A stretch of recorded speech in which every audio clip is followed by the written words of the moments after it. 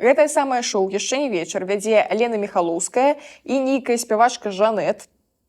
Даша, у мяне крэатыўная Так. ідэя. Так, сорі, разгляд крэатыўных ідэй. Давай мы з табой таксама будзем называцца. Ты будзеш называцца Даша Гардзейчык, а я буду называцца Ірэн.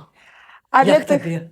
супер. А для тых, хто яшчэ і чытаў Шэрлока Холмса ці глядзеў BBC-шную экранізацыю, усе адразу зразумеюць, што вось Ірэн Адлер, яна вельмі падобная на тое Вообще, две каплі, две Так. кроплі вады. кіношнае увасабленне. Мы тут Да, уставім якраз фотачку. пра вот махляроў мы гаварылі.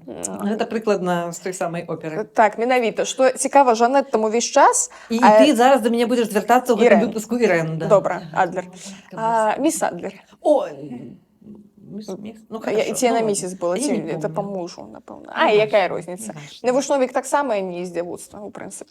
Вось, значыць, Алена Михалоўская там не кожны выпуск. Ага. Там яшчэ бывае нейкая вядоўца, імя якой я забыла, да ў прынцыпе не важна, а Жанет там пастаянна. Ну то бок вось Это Ірэн. недвижимость такая, нерухомость. Да, як я ў падкастах. Як цёця я ў Бессменная. падкастах, вот это нерухомость.